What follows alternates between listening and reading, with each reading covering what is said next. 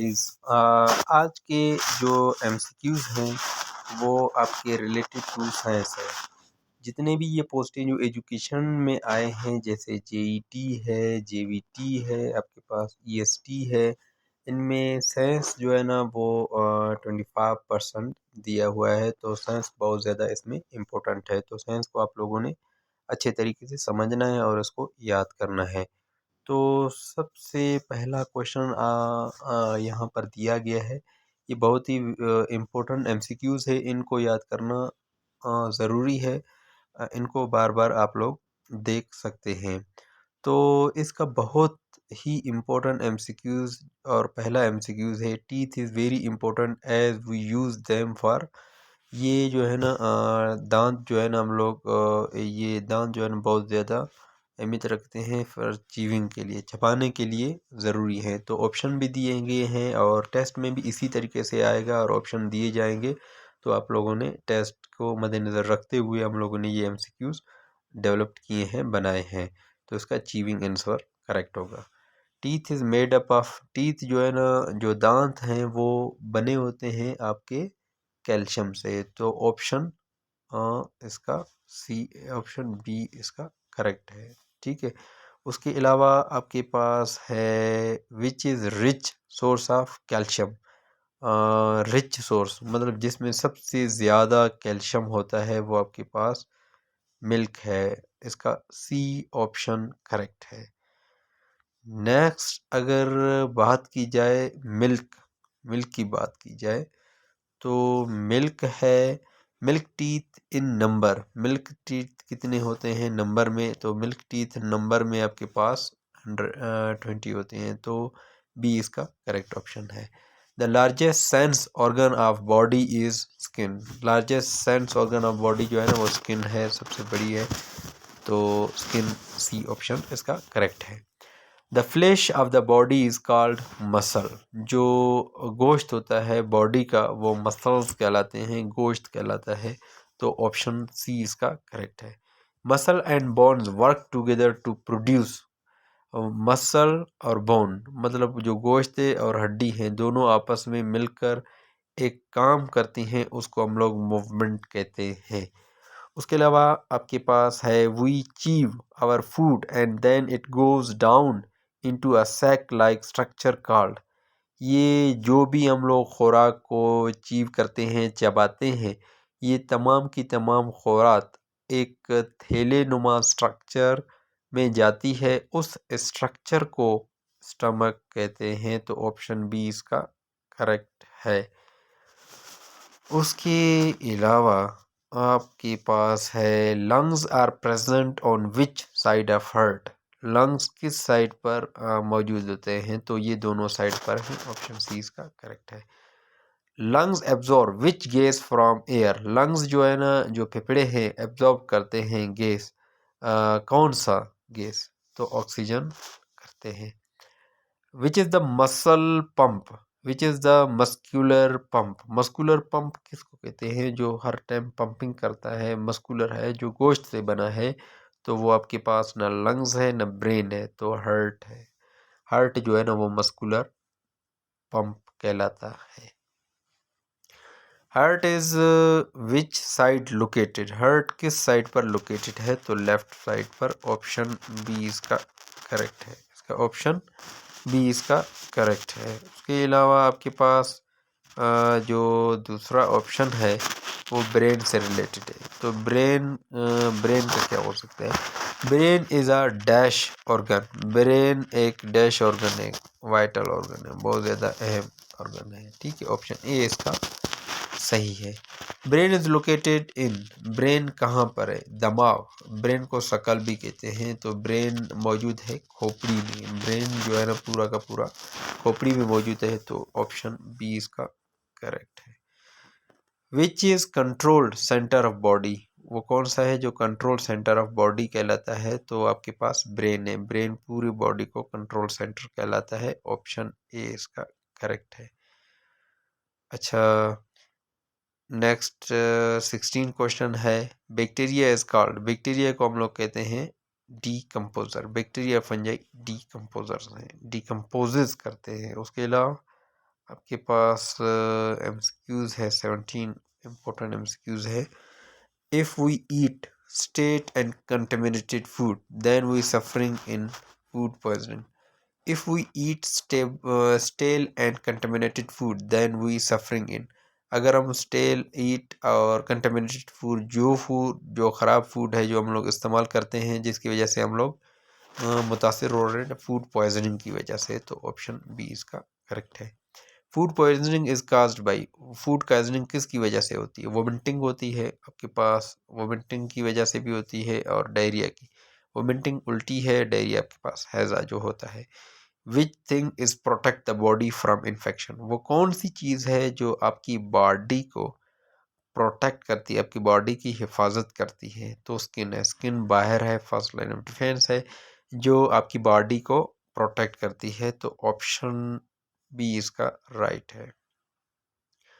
Lungs have ability to contract expand, या both A and B, तो option C इसका correct है। Lungs have ability मतलब ये कंट्रैक्ट भी होते रहते हैं और एक्सपेंड भी होते रहते हैं, इन प्रोसेस को मतलब ये दोनों कहलाते हैं B, both A and B.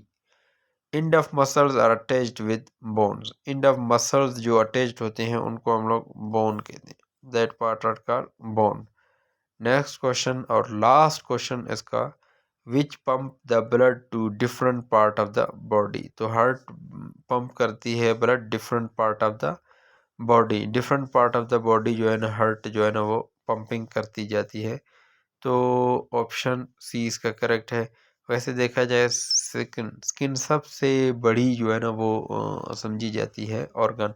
Stomach में, स्टमक से पहले एसोफेगस आता है, अभी देखिए माउथ है, माउथ है, माउथ के बाद मिसाल के तौर पर हम लोग एक बंदा बनाते हैं, उसको समझने की कोशिश करते हैं, उसको कम्प्लीटली समझने की कोशिश करते हैं कि उसको किस तरीके से, और हार्ट का समझना बहुत ज़रूरी है, हार्ट के सवालात आते हैं तो हार्ट को समझते हैं कि हार्ट क्या है। मिसाल के तौर पर आप समझते हैं कि ये एक चैम्बर है, मिसाल के तौर पर दिस इज़ अ चैम्बर, ये एक फर्स्ट चैम्बर है, ये दोनों जो है ना एट्रियम कहलाते हैं, जो ऊपर वाले हैं दोनों को हम लोग एट्रियम कहते हैं, ठीक है। उसके अलावा जो ये चैम्बर है इसको वेंट्रिकल कहते हैं, दीज आर वेंट्रिकल्स, इन दोनों को वेंट्रिकल्स कहते हैं। ये स्ट्रक्चर है ह्यूमन हार्ट का, this is the structure of human heart, ये जो है ना आपके पास ह्यूमन हार्ट का स्ट्रक्चर है, ह्यूमन हार्ट का स्ट्रक्चर है, इसको समझना बहुत ज़्यादा ज़रूरी है। उसके अलावा आप अगर देखें तो देख सकते हैं कि हार्ट किस तरीके से पंपिंग करता है। सबसे पहले आपके पास आपके जो टांग हैं, आपके जो आपके टांगें वगैरह हैं और दूसरी चीज़ें जो हैं उसके अभी देख सकते हैं आप, आपके टांगें हैं और किडनी वगैरह से जो ब्लड लेकर आते हैं उसको हम लोग इन्फेरियर वेना केवा कहते हैं। ये इन्फेरियर वेना केवा है जो येलो लाइन में आ रही है, इन्फेरियर केवा है। और आपके पास जो राइट एट्रियम है, ये राइट एट्रियम कहलाएगी, ठीक है, ये वाली राइट एट्रियम कहलाएगी। राइट एट्रियम में ब्लड आता है, राइट एट्रियम में जब ब्लड जाता है तो उसके अलावा यहाँ से हार्ट मतलब इससे कहाँ से आपके पास आ जाता है, इनसे आपके पास सर से और शोल्डर से ब्लड आएगा, ब्लड आएगा, सारा ब्लड जो है ना आपके पास राइट एट्रियम में जाएगा। इनको सुपीरियर, इनको कहते हैं सुपीरियर। ये जो ऊपर वाली लाइन है शोल्डर से और दिमाग से आती है उसको सुपीरियर वेना केवा कहते हैं। दोनों ये जाएंगी, एक सुपीरियर वेना केवा, एक ये इन्फेरियर वेना केवा, ये जाएंगी राइट एट्रियम में। राइट एट्रियम के बाद ये ब्लड जाता है आपका, मूव करता है जो था राइट वेंट्रिकल में, राइट वेंट्रिकल में जाएगा। राइट वेंट्रिकल के बाद ये ब्लड और मूव करेगा, मूव करता करता मूव करता करता ये ब्लड जाता है आपके पास, यहाँ पर लंग्स होते हैं, ठीक है, लंग्स होते हैं। ये ब्लड जाएगा आपके लंग्स में, लंग्स में जाएगा तो यहाँ से जो जितनी भी जो वीन्स हैं वो डीऑक्सीजनेटेड ब्लड उठाती हैं। ये वाहिद वीन्स है, इस वीन को हम लोग कहते हैं पल्मोनरी वीन। ये जो है ना आपके पास पल्मोनरी वीन है। ये पल्मोनरी वीन है, ये जो है ना आपके पास वो जो है ना जितनी भी जो आर्टरीज हैं वो ऑक्सीजनेटेड ब्लड जो है ना वो मूव करती हैं, लेकिन ये वाहिद आर्टरी है जो ऑक्सीजनेटेड ब्लड। उसके अलावा आपके पास आता है ये आपके पास लंग्स है। लंग्स ऑक्सीजनेशन करता है, ऑक्सीजनेशन के बाद ये सारा ब्लड आता है, ये सारा ब्लड आएगा आपके पास लेफ्ट वेंट्रिकल में। तो लेफ्ट वेंट्रिकल में याद रखने का एमसीक्यूज है कि लेफ्ट वेंट्रिकल, ये वाला जो साइड है, जो लेफ्ट वेंट्रिकल वाला, लेफ्ट वेंट्रिकल के दोनों चेम्बर में ऑक्सीजनेटेड ब्लड होता है, साफ खून होता है।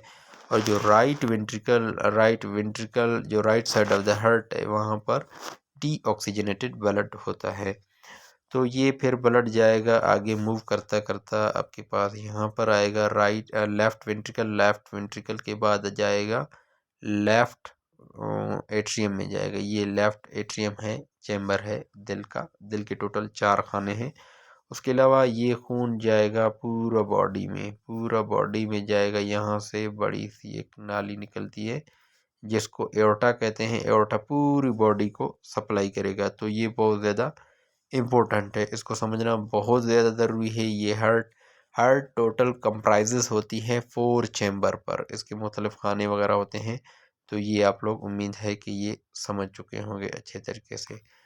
नेक्स्ट ये है कि इनको, ये जो एमसीक्यूज दिए गए हैं, इनको अच्छे तरीके से मेमोराइज़ करना है और इसको अच्छे तरीके से याद करना है, क्योंकि ये टेस्ट में पहले भी आ चुके हैं और आपका जो टेस्ट बनेगा वो इसी तर्ज से बनेगा, क्योंकि इसी तरीके से एमसीक्यूज दिए जाएंगे बुकलेट में, और वहाँ पर बुकलेट में आप लोग देखकर एमसीक्यूज जो है ना वो जो आपके पास पेपर होगा उस पर वो आप लोगों ने निशान लगाते जाने हैं। जैसे कि आप देख सकते हैं मिल्क टीथ इन नंबर, वहाँ पर बुकलेट में दिया हो गया मिल्क टीथ इन नंबर दिया जाएगा। तो आप लोगों ने ऑप्शन देखना है, ऑप्शन ए है, ऑप्शन बी है, ऑप्शन सी है। अगर ऑप्शन अभी देखिए ऑप्शन बी करेक्ट है, तो वहाँ पर आप लोगों ने ऑप्शन बी को ही सही करना है। तो इस तरीके से आपको एक दायरा जो है ना दिया जाएगा, इस तरीके से ये दायरा दिया जाएगा, लेकिन इस दायरे को आप लोगों ने फिल करना है। किस तरीके से इसको फिल करेंगे, मतलब कम्प्लीटली आप लोगों ने इनको फिल करना है और इस दायरे के बाहर नहीं जाना। आप लोगों ने इस तरीके से फिल करना है, बाहर बिल्कुल नहीं जाना कहीं पर भी। फुली इस तरीके से आप लोगों ने दायरे को फिल करना है। तो टेस्ट को मतलब इस तरीके से ये करना है, तो ये करेक्ट है। तो इस तरीके से आप लोगों ने जितने भी खाने दिए जाएंगे ABCD, जो ऑप्शन सही लगे आप लोग को, जैसे बी ऑप्शन सही है तो बी इधर लिखा होगा, तो बी को इस तरीके से आप लोगों ने फिल करना है फुल क्लियरली। पेन को गोलदारा घुमा घुमा कर इसी तरीके से आप लोगों ने फिल करना है। वसलाम, उम्मीद है आप लोग को ये जो एक वीडियो था वो आप लोग को समझ आया होगा।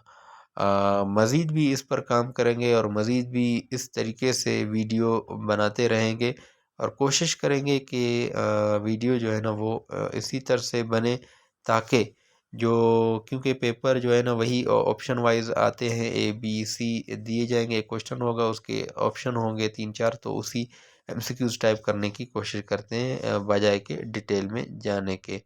तो वसलाम, उम्मीद है आप लोग को समझ कुछ तो आया होगा और इंशाल्लाह आगे भी समझ आएगा। और